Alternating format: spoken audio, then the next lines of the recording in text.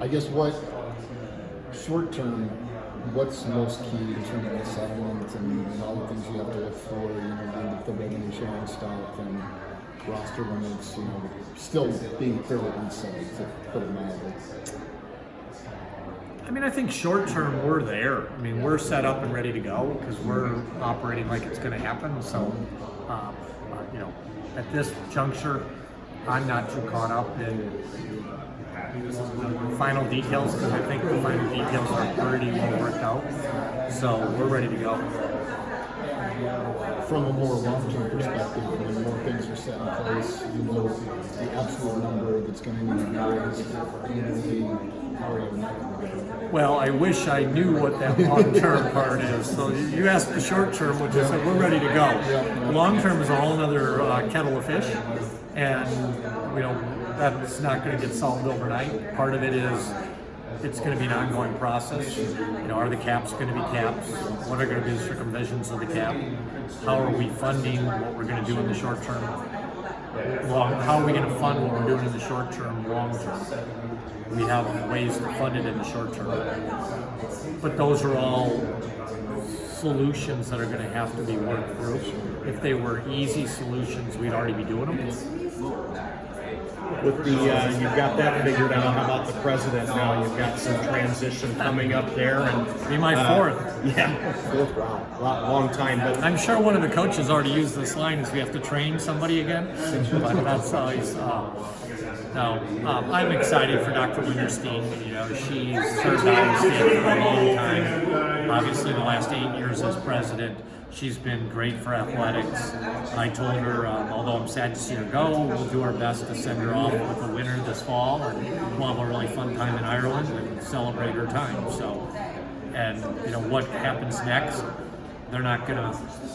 Jamie Pollard's not gonna have a say in that, nor will really the athletics department. That'll be a board of regents, and we'll help be part of it. You get a feel, though, that it's kind of past the point it was maybe in the 70s and 80s, and now you're going to get a president that is friendly to athletics and knows how important that it is to a university. Well, athletics is a big part of the university, and the world we're working in today makes that even more of an issue.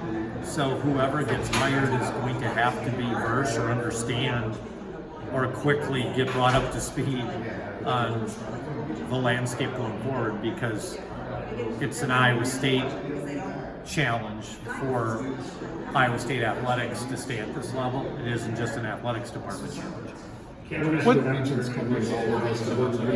Well, they run the circuit, so it'll be it'd be a huge undertaking for them, as anytime you're going to have to hire a new president of the university. But the athletic piece clearly is got a lot of uncertainty that will, I'm sure, be a big part of the questions that get asked of the potential candidates. Why was it important to you to bring the high school basketball championships to Hilton Coliseum? Well, first of all, a big shout out to Tom, and the high school association, because they reached out to us, and for us, it was very prideful that we would love to have them in Ames, but more importantly, it's huge for Chi-Town and the university. I think it demonstrated the power and reach of Chi-Town, but then secondly, as an institution, having not the players, but not the participants, but all the fans that come. I think of the school buses that come down because they close school and come down and watch their team play in the high school tournament. And that'll be in Ames, Iowa, on Iowa State University's campus with Chi-Town right there. It's an infomercial for enrolling at Iowa State as a high schooler. So that was really big. But for the folks over at Boone that run the High School Athletic Association, I give them a ton of kudos, because that was a big move. And what we told them right off the bat was, we're interested if you have a vision for what this could be. We're not in it to compete against Des Moines. We have too much of a great relationship with Greg Edwards and Chris Conley, just to try to outbid it. It was, if you envision the tournament here, then let's talk, because we can do some really neat stuff. And so from that standpoint, we're excited.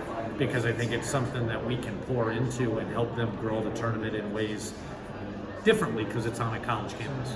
Was it a surprise when they reached out to you? I mean, is that something that... Pleasant surprise, Yeah. yes. Because I thought, quite honestly, that it was probably they were trying to sharpen Des Moines' pencils. You know, like, let's get the bid, give them competition, right? And when we first spoke, that's the first thing I said, is we're not interested in bidding against Des Moines. If that's what you're doing, then we're not part of it. Because again, we think too highly of the folks in Des Moines. But they were looking for, they were looking for something different. And so then that really got us excited. And they were very excited about Sci-Town.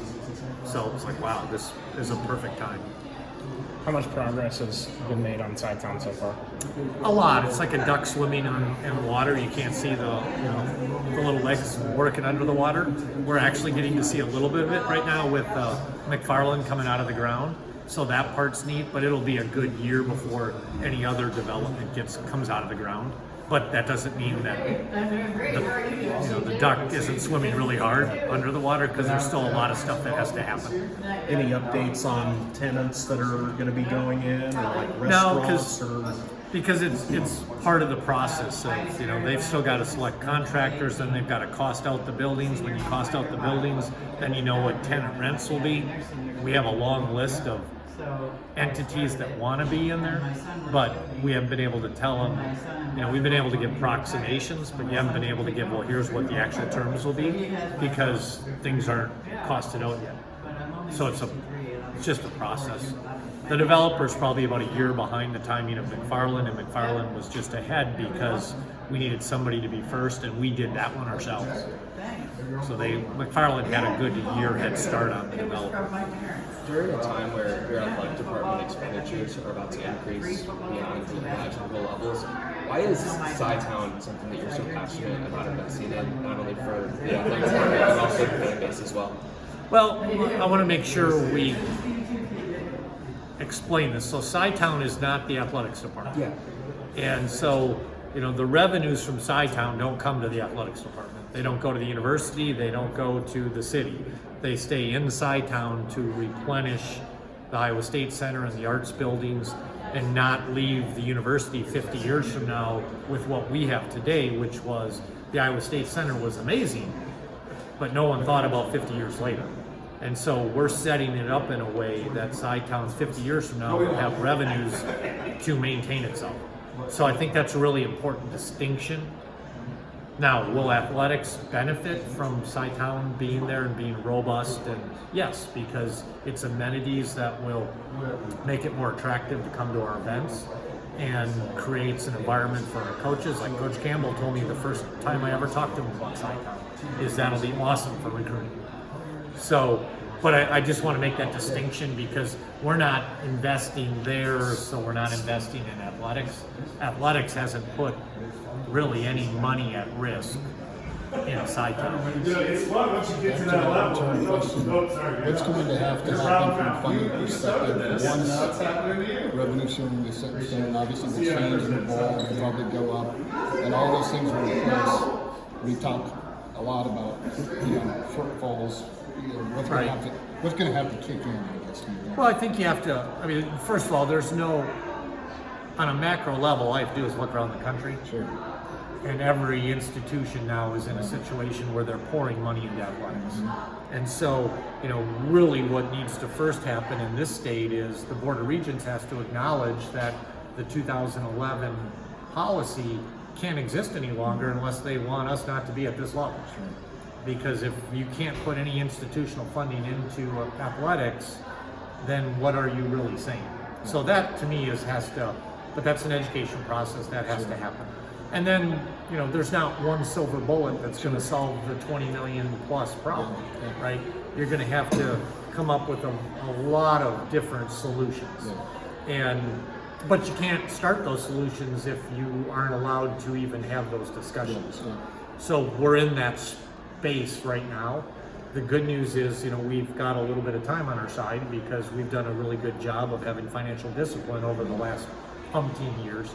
So we've got time to make good decisions and not have to make immediate decisions which may be bad.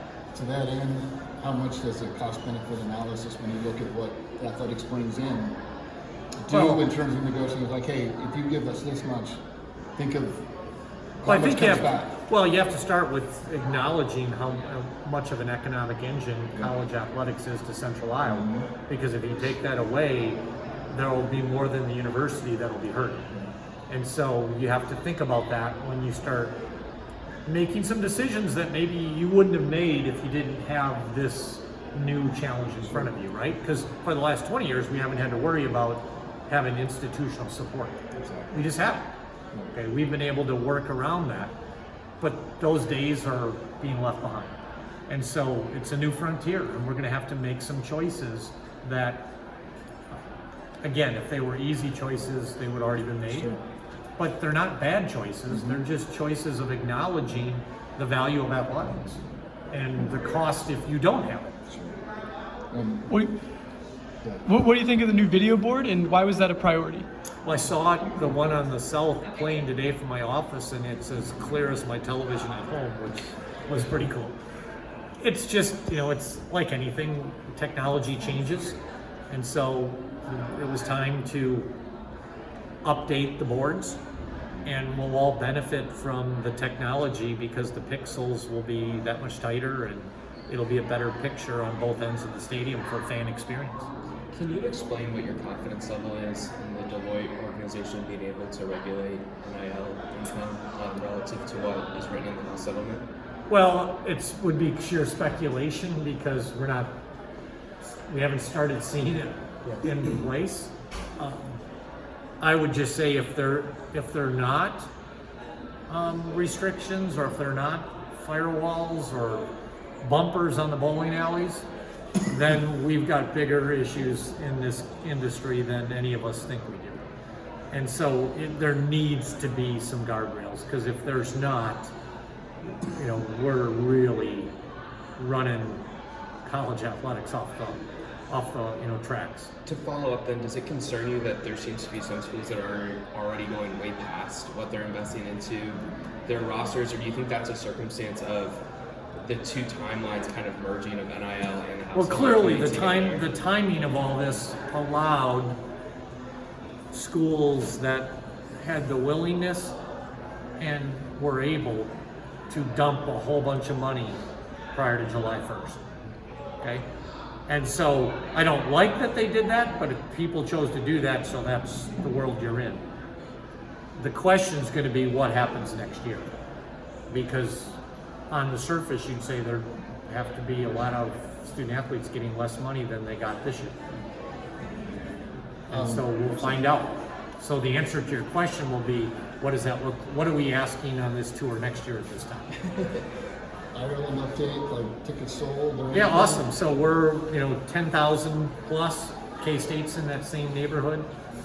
So the developer, switch gears. The promoter is extremely pleased with where we're at. We just had our ops team come back from over there, and they had the same experience that Coach Campbell and I had, which is our fans are going to love this. And the promoter is very excited about, what is it, 100 and maybe 8 days or 9 days? Lost track of that to that opportunity. So yeah, it should be a really neat experience. Thanks a lot. All right, Thank you, Jamie.